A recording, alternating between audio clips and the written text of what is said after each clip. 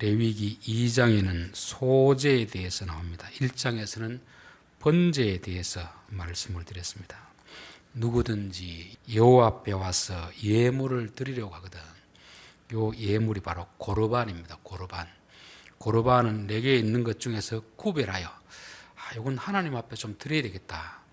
요 것이 바로 고르반입니다. 이 1장에서는 소, 양, 염소, 새 이런 것들을 번제물로 태워드리는 거죠.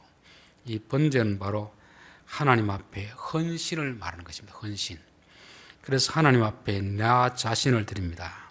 그 짐승들 위에 손을 얹고 안수하는 것은 짐승과 내가 하나라는 것입니다. 내가 죽어야 되는데 짐승이 죽는 것을 말하는 거죠. 그럼 짐승이 죽을 때 나도 어떻게 해야 됩니까? 나도 죽는 거죠. 그 짐승이 예수님의 예표잖아요. 예표. 그럼 예수님과 내가 하나가 되는 것이고, 예수님이 죽으면 나도 죽고 예수님이 살면 나도 살고 있는 것입니다. 그래서 우리가 예배의 자리에 나와서 가장 먼저 해야 될 것이 번제를 드리는 것이다. 그래서 로마서 12장에 보면 너희 몸을 산 제물로 하나님 앞에 드리라 하는 거잖아요. 즉 우리가 살아있지만 제물이 되어야 됩니다. 제물은 죽은 것이 제물이지 살아있는 것은 제물이 아니거든요. 우리의 왜 사람은 죽이고 우리 안에 새 사람이 살도록 해야 되는 거죠. 갈라디아서 2장 20절이 그 말씀이잖아요. 내가 그리스도와 함께 못 박혀 죽었나니 이제 내가 사는 것은 내가 아니요 내 안에 그리스도가 사는 것이라. 기도의 자리에 나갈 때도 그렇고 예배의 자리에 나갈 때도 그렇고 내가 죽고 자기를 부인하고 내 안에 그리스도가 나를 인도할 수 있도록 번제를 드려야 된다는 것을 말씀하고 있습니다. 자, 오늘은 소제 예물을 여호와께 드리거든. 소제라는 것은 민하라는 단어인데 곡식 제사입니다. 곡식 제사. 앞에서는 짐승 제사였잖아요. 짐승. 소나 양이나 염소를 가지고 하나님 앞에 드렸다고 하면 이제는 곡식을 가지고 드리는 것을 말하는 거죠. 누구든지 이 말은 모든 사람에게 강요된 것이 아니고 너희들 중에서 누구든지 하나님 앞에 드리고 싶거든 이 말입니다. 즉 소제는 감사의 예물이에요. 감사. 우리가 지은 농산물을 보면서 이것은 하나님이 우리에게 주신 것이다. 하나님의 은혜로 된 것이다. 그러므로 인하여서 감사의 예물을 하나님 앞에 드리는 것을 말씀하고 있습니다. 감사는 누가 할 수 있겠습니까? 효도는 누가 할 수 있는 거죠? 부모님이 나를 위해서 얼마나 수고했는가 깨닫는 사람은 효도를 하는 것이고, 부모가 내게 해준 게 뭐가 있느냐 이런 사람은 효도를 하지 못합니다. 농사를 지었어도 내 노력으로 다 되었다고 생각하는 사람들은 감사를 못합니다. 내가 열심히 수고했지만 하나님이 때를 따라 비를 내려주시고 때를 따라 빛을 내려주시고 바람을 불게 하심으로 내가 수고한 것에 열매를 얻었다고 깨닫는 사람만이 감사할 수 있는 것입니다. 그래서 하나님은 열매를 얻었다고 다 하는 게 아니고 열매를 얻었을 때 너희들이 한번 생각해봐라. 너희들의 수고만으로 된 것인지 하나님이 도와주셔서 은혜된 것인지 그것을 한번 깨닫고 깨달았으면 감사라는 것입니다. 누구든지 내가 일한 것에 소득을 가지고 하나님 앞에 감사라는 것을 말씀하는 것입니다. 자, 그런데 여기서 주 재료는 뭡니까? 고운 가루로 예물을 삼아. 재료는 고운 가루이고 밑에 4절부터 보면 내가 화덕에 구운 것으로 오전엔 철판에 붙인 것으로 7절은 냄비의 것으로. 그러니까 소재 이 곡식을 가지고 여러 종류의 음식으로 드릴 수는 있습니다. 방식은 여러 가지인데 주 재료는 뭐해야 됩니까? 주 재료는 고운 가루여야 된다. 고운 가루. 앞에 번제를 드릴 때에도 소를 드리든지 양을 드리든지 염소를 드리든지 새를 드려도 됩니다. 가격 차이가 얼마나 많이 납니까? 그러나 중요한 것은 흠 없는 것으로 드리라 말씀했습니다. 소를 드린다고 좋아하는 게 아니고 소를 드려도 흠 있는 거, 병든 거, 저는 것은 하나님 싫어합니다. 가난하면 새를 드리더라도 흠 없는 걸 드려야 된다. 즉 하나님이 우리에게 요구하시는 것은 얼마나 비싼 것이냐 이거를 요구하지 않습니다. 흠 없는 것, 즉 우리의 마음을 드리라 하는 것입니다. 곡식 제사를 드릴 때에도 그냥 추수했다고 그냥 가져오는 게 아니고 곱게 빻아가지고 곱게 빻아 드리라는 거잖아요. 이게 하나님 앞에 드리는 정성이잖아요. 저는 외전에 우리 어르신들은 보면은 참 그 헌금을 드릴 때에도 그 전에 이 돈 새 거 들어오면 따로 구별해 놓고 또 그게 없으면은 꼭 다리미에 달여 가지고 드립니다. 아니, 다리미에 달인 돈이라고 1,000원짜리가 2,000원 되는 게 아니잖아요. 그래도 그 마음이 어떻습니까? 마음이 하나님을 사랑하는 마음이 있다는 것입니다. 똑같은 걸 드려도 대충 성의 없이 드리는 게 있고 아무리 싼 것을 드려도 그 사람의 마음이 있는 것이 있습니다. 또 곱게 받는다는 것은 그만큼 연단의 과정을 거친 것이죠. 여러분, 그냥 드리는 거하고 곱게 드리는 거하고 어느 게 좋겠습니까?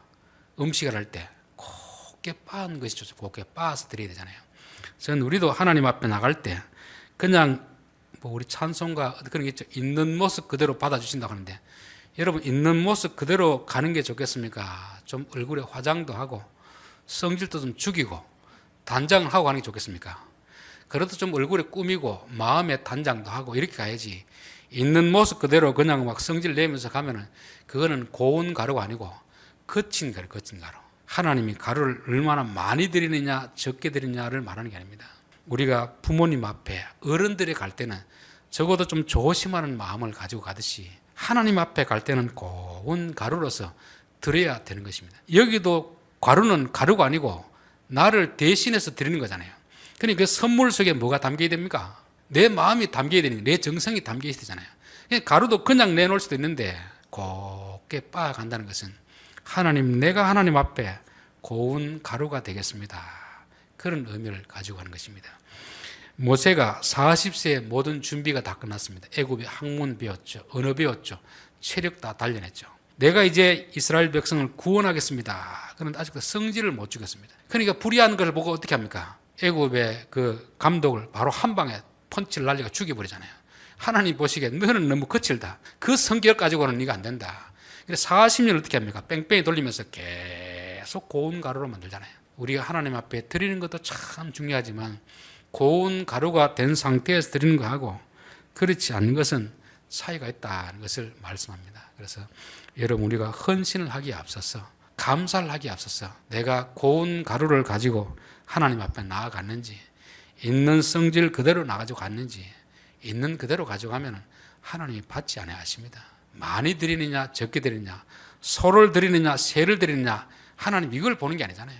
가루 한 움큼을 드리더라도 곱게 빻아서 드리라 하는 것입니다. 그래서 나중에 80이 되었을 때 모세는 뭐라고 합니까? 이 사람 모세는 지면 위에 그 온유함이 가장 더하더라. 곱게 빻아진 가루가 된 그 상태로서 하나님 앞에 드리는 것입니다. 그래서 우리가 감사를 할 때도 그렇고 헌신을 할 때도 그렇고 하나님 앞에 고운 가루를 드려야 되는 것입니다. 자, 그 고운 가루 한 움큼 기름과 그 모든 유황은 가져다가 기념물로 제단 위에서 불사를 지니 이는 화제라. 여호와께 향기로운 냄새니라. 하나님이 한 움큼 한 숟갈 드시는 게 아니잖아요. 그걸 다 빻아가 태우면 이게 향기로운 하나님 앞에 향기가 되는 것입니다. 그 소재에 남은 것은 아론과 그의 자손에게 돌릴지니 이는 여호와의 화제물 중에서 지극히 거룩한 것이니라. 성도들이 가져온 것을 일부분은 하나님 앞에 드리고 나머지 누구를 준다는 겁니까? 레위 사람들을 주는 거죠. 레위 사람들은 따로 땅을 기업으로 분배해 주지 않았습니다. 그 대신 그 땅에 있는 사람들이 가져오는 것으로 먹고 살게 했습니다. 저는 한때 그런 생각을 한 적이 있습니다. 목사가 교회에서 사례를 안 받고 자기 스스로 직업을 가지고 하면 얼마나 좋겠나. 뭐 큰 교회는 몰라도 특별히 시골 교회 같은 경우에, 작은 교회 같은 경우는 목회자에게 사례를 못 주는 그런 교회가 있잖아요. 그런 교회들 같으면 목사가 전문 직업이 있어가지고 사례 안 받고 잡이라고 하면 참 좋겠다고 그렇게 생각했던 적이 있었습니다. 그런 레위기를 보다가 그 생각을 접었습니다. 하나님은 교인들이 가져온 것으로 목회자를 먹여 살리게 했습니다. 교인들이 좀 넉넉하게 되고 좀 부유하게 되고 감사가 넘치면 목회자도 좀 풍족한 삶을 사는 것이고, 교인들이 힘들어지면 목회자도 좀 힘들게 살는, 목사와 교인의 관계를 경제 공동체로 묶어둔 거죠. 이게 하나님께서 돈이 없어서 그렇게 한 것이 아닙니다. 보통 이제 카톨릭하고 개신교가 극명하게 차이가 나는데, 카톨릭의 신부님들은 큰 성당에 간다고 사례를 많이 받고 작은 성당에 간다고 사례를 적게 받고 이런 게 없습니다. 공무원처럼 딱 정해져 있습니다. 이 사람이 경력이 얼마 이상 되고 이래 됐으면 딱 정해진 금액을 따라 하는 것입니다. 이제 그들의 장점은 뭐겠습니까? 최저 생활 그게 보장되니까 어디든지 갈 수가 있습니다. 작은 성당이든지 큰 게 어디든지 갈 수가 있습니다. 그래서 또 단점이 있습니다. 그게 뭐겠습니까? 의욕적으로 하지 않는 거죠. 아무리 내가 노력해봐도 똑같이 나오니까 사람이 좀 안 좋아하는 그런 게 있습니다. 그러나 개신교 교회들은 그렇지 않잖아요. 그 목회자가 어느 교회에 있느냐 따라 가지고 그 사람의 삶이 달라지거든요. 열심히 하는 거 좋은데 또 이 너무 또 큰 차이가 나는 것, 그게 또 단점이 있는 것 같아요. 그래서 하나님은 어쨌든지 이 제사장과 백성들이 경제적으로 하나가 될 수 있도록. 그러나 레위인들, 제사장들은 교인들이 감사한금 안 하면 어떻게 합니까? 굶어야 되죠. 그러니까 부지런히 기도해가지고 교인들 가정이 복을 받도록 열심히 기도해 줘야 되는 이런 사명이 있는 것입니다. 그래서 그 남은 것은 그렇게 하도록 하라, 그렇게 말씀했습니다. 이 소재 주 재료는 뭐라고 했죠? 고운 가루다. 곱게 빻아진 것을 가지고 그 다음에 이제 첨가물이 있습니다. 더 해야 될 것이 있습니다. 1절 그 위에 기름을 붓고 또 그 위에 유황을 놓아. 가루에다가 기름을 붓고 유황을 놓으라는 거잖아요. 기름은 보통 성경에서 뭘 상징합니까? 성령님을 성령님 그렇죠. 성령의 기름으로 그렇게 많이 해석합니다.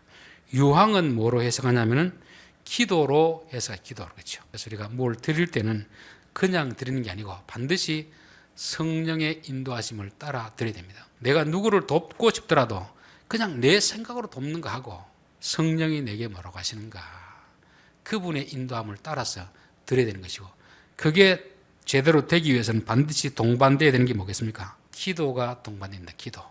그래서 기도가 동반돼야 되는 것입니다. 똑같이 도왔는데도 상대방이 별로 달가워하지 않는 그런 경우가 있습니다. 상대방과 나와는 전혀 어떤 정보를 교환하지 않았는데 성령의 감동함으로 내가 기도를 하고 순종했을 때 상대방도 섬찟 놀라면서 내가 저분에게 아무런 부탁도 안 했는데 어떻게 저분이 나의 이 사정을 알고 돕는가. 그러면 내가 돕는 거지만 사실은 나는 누구의 통로가 되는 겁니까? 하나님의 통로가 되는 거예요. 하나님의 통로. 그게 하나님 앞에 향기로운 향기가 되는 것입니다. 단지 내가 누구에게 뭘 얼마 도와줬다 이게 중요한 게 아니고 내가 한 행동이 성령의 감동에 순종한 것이 되기 때문에 이게 하나님께로 다 올라가는 향기가 된다는 것입니다. 그래서 우리가 헌신을 하든지 충성하든지 감사하든지 고운 가루로 드려야 되는데 그것이 반드시 기름이 있어야 되고 향기로운 향이 있어야 된다는 것입니다.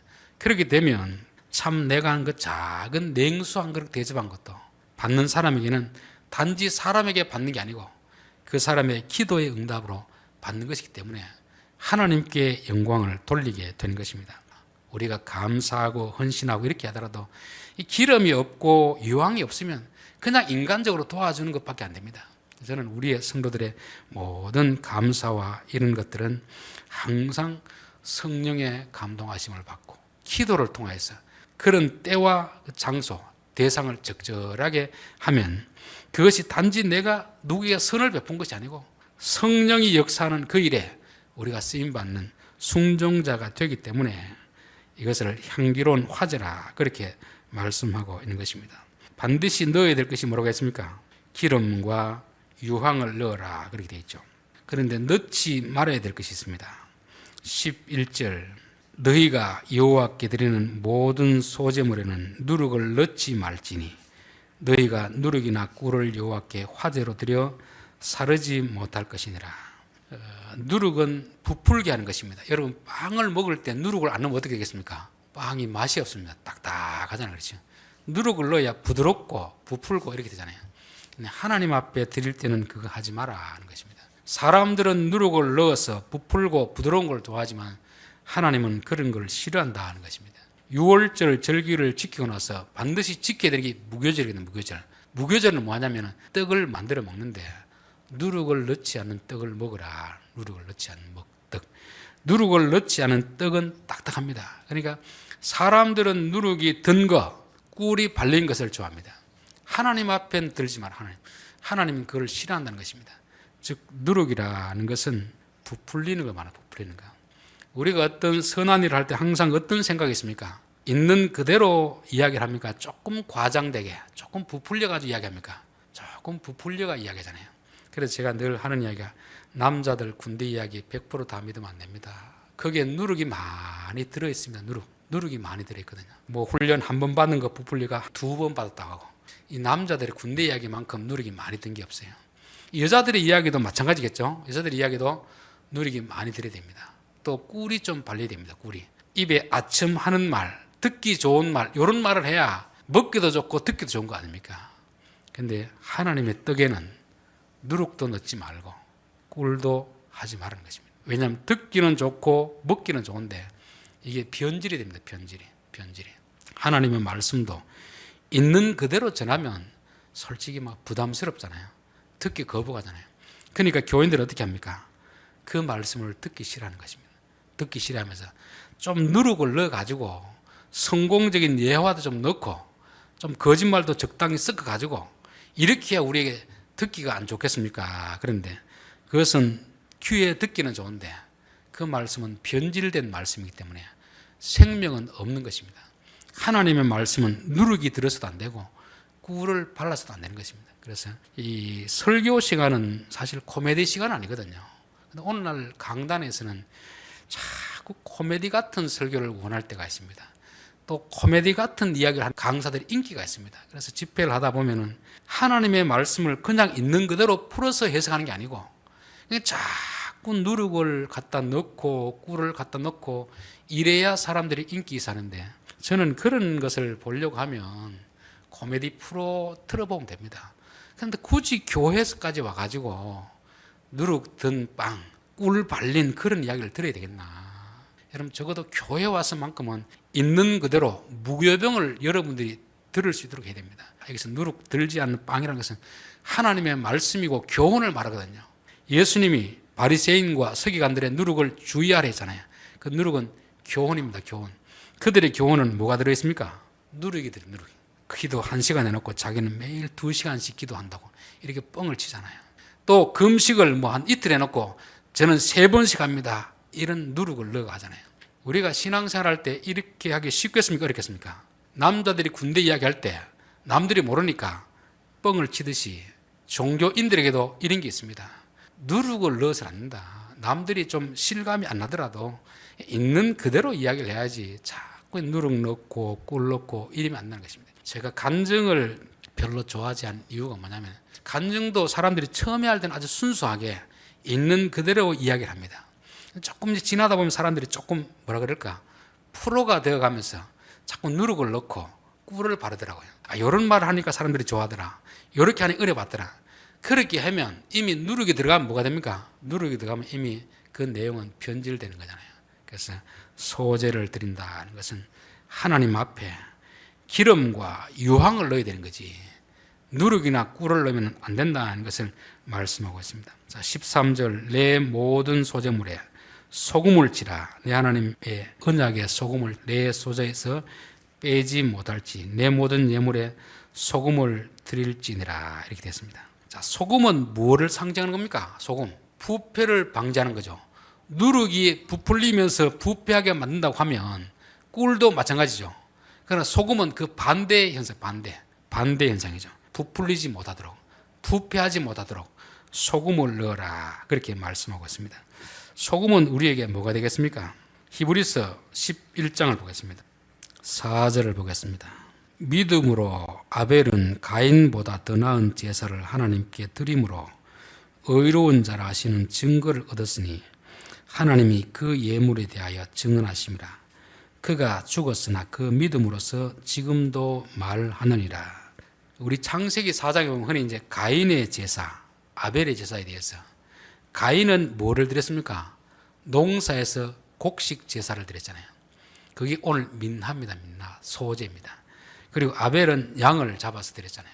근데 하나님이 아벨의 제사는 받으시고 가인의 제사는 받지 않았습니다. 사람들이 여러 가지 해석을 하면서 피 있는 제물을 드려야지 피 없는 제물을 드리니까 하나님 받겠나 이렇게 해석하는 분인데 그게 왜 잘못됐냐 하면 가인은 농사 지으면 그 곡식을 드리면 되는 것입니다. 지금 가인의 제사, 아벨의 제사는 번제가 아니고 속죄제가 아니거든요. 감사 제사를 드려요. 감사 제사. 감사 제사를 드린다는 것은 자기가 일해서 얻은 것을 하나님께 드리는 것입니다. 가인은 뭘 드렸습니까? 농사를 지내 곡식을 드리는 게 당연하잖아요. 아벨은 양 치는 자니까 양을 치는 게 당연합니다. 그런데 아벨은 믿음으로 드렸다고 되어 있습니다. 그럼 가인은 뭘로 드렸겠습니까? 믿음이 아닌 다른 동기를 가지고 드렸겠죠. 그 믿음이라는 것은, 믿음은 항상 지식과 연관되어 있거든요. 아벨이 드리는 것은 하나님이 원하시는 방식대로 드리는 것입니다. 가인은 자기 방식대로 드리는 거죠. 우리 창세기 4장을 한번 찾아보고 마치도록 하겠습니다. 창세기 4장 2절부터 보겠습니다. 그가 또 가인의 아우 아벨을 낳았는데 아벨은 양치는 자였고 가인은 농사하는 자였더라. 즉 두 사람의 직업이 다른 거죠. 아벨은 양치는 자, 가인은 농사하는 자였습니다. 세월이 지난 후에 가인은 땅의 소산으로 제물을 삼아 여호와께 드렸고 아벨도 자기의 양의 첫 새끼와 그 기름으로 드렸더니 여호와께서 아벨과 그의 제물을 받으셨으나 가인과 그의 제물은 받지 아니하신지라. 하나님이 아벨의 제물을 받은 이유가 뭐겠습니까? 믿음으로 드렸기 때문에 그랬다는 거죠. 그러면 가인은 자동적으로 믿음으로 드린 것이 아니라는 것입니다. 믿음으로 드린다는 건 뭐였습니까? 하나님이 요구하시는 대로 드리는 것이고, 가인은 하나님이 요구하시는 방식이 아니고 자기 방식대로 드린 것입니다. 여기서 아벨이 하나님의 말씀대로 드렸다는 건 뭘 말합니까? 양의 첫 새끼와 그 기름으로 드렸더니, 하나님은 첫 것을 요구하시는 분입니다. 나중 것 찌꺼기를 원하는 분이 아닙니다. 병든 것 저는 걸 원하는 게 아닙니다. 가장 처음 것을 드렸기 때문에 받는 것입니다. 그러면 가인의 것은 왜 안 받았겠습니까? 3절 세월이 지난 후에, 우리 번역에는 세월이 지난 후에 되는데 히브리어로 보면은 추수의 끝 무렵에 이렇게 됐습니다. 추수. 이스라엘 나라는 1년에 3번 추수가 있습니다. 3번. 6월절에 또 오순절에 마지막 수장절에 있습니다. 그럼 하나님은 언제 것을 드리라고 했습니까? 첫 열매를 드리라. 첫 열매. 근데 가인은 언제 걸 드렸습니까? 첫 열매는 아까우니까 팔아야 되고 제일 끝물에 다 쓰고 남은 거, 돈도 안 되는 거 버리기는 아깝고 이거라 드려야지, 이렇게 되는 것입니다. 하나님이 받겠습니까? 안 받겠습니까? 안 받는 거죠. 우리는 하나님께 뭘 드릴 때는 믿음으로 드려야 됩니다. 내 생각대로 드리는 게 아니고 하나님이 무엇을 원하시는가, 무엇을. 흠 없는 걸 드리라고 하면 흠 없는 걸 드려야 됩니다. 근데 우리는 흠 없는 건 아까우니까 어차피 불에 태울 건데 뭐 흠 있는 걸 태우나 없는 걸 태우나 똑같지 않는가. 과일도 하나님 드실 것 같으면 좋은 걸 드리는데 하나님 태울 것 같으면 굳이 좋은 걸 드릴 필요 있는가? 좋은 거는 팔고 기스베기 같은 걸 드리면 안 되겠나 생각하는데, 그게 바로 믿음이 아닌 자기 생각으로 드리는 것입니다. 우리가 드린다는 것은 물건을 드리는 게 아닙니다. 내 자신을 드리는 거거든요. 내 정성을 드리는 것이고 내 마음을 드리는 것이기 때문에 항상 믿음으로 드릴 때 하나님이 받으시는 것입니다. 그래서 우리가 시간을 드릴 수도 있고 건강을 드릴 수도 있고 돈을 드릴 수도 있는데 항상 귀한 걸 드려야 됩니다. 쓰고 남은 찌꺼기를 드리는 게 아니고 시간이 남아가지고 교회 오는 게 아닙니다. 가장 귀한 시간을 하나님 앞에 드려야 되는 것입니다. 물질도 마찬가지고 모든 것을 하나님이 우리의 아버지가 되신다고 하면 우리가 하나님 앞에 좋은 것을 드려야 한다. 비싸고 싼 것을 말하는 게 아닙니다. 마음을 다해서 정성을 다해서 하나님이 원하시는 걸 드릴 때 그것을 믿음으로 드린다고 하는 것이고, 믿음으로 드리는 것이 바로 언약의 소금을 쳐서 드리는 것이고, 그것이 부패하지 않고 영원히 하나님 앞에 기억되는 예물이라고 성경은 말씀합니다. 기도드리겠습니다.